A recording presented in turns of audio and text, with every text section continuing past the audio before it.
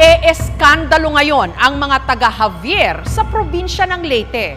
Sa kasarapan daw kasi ng kanilang tulog, may kung sino o ano raw na bigla na lang sa kanilang nang huhubad.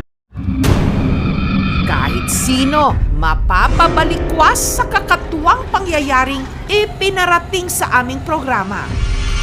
Sa isang bayan daw sa Visayas, may ilang mga residente na may kakaibang karanasan.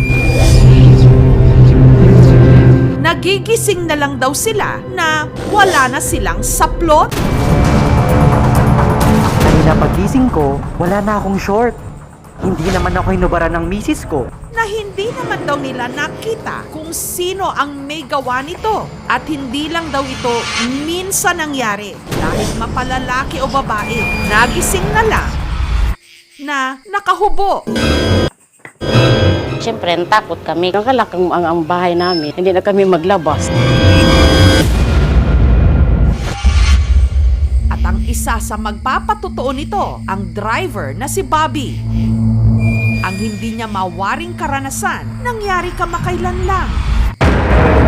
Nang bandang alas 4 raw ng madaling araw, na alimpungatan siya. Nawala na siyang saplot. Ang mas nakapagtataka, isang gabi bago nangyari ito kay Bobby, ang kapitbahay nilang si Rose, hindi niya tunay na pangalan, laking gulat niyang nagising din daw siya na nakahubad.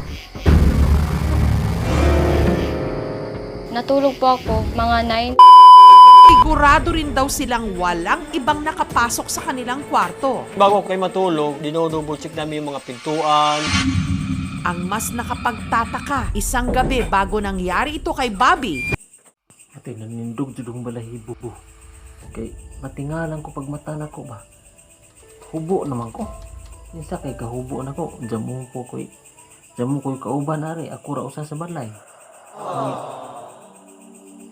Labaw sa tanan. Wapjo ko'y asawa. Wapjo ko'y asawa.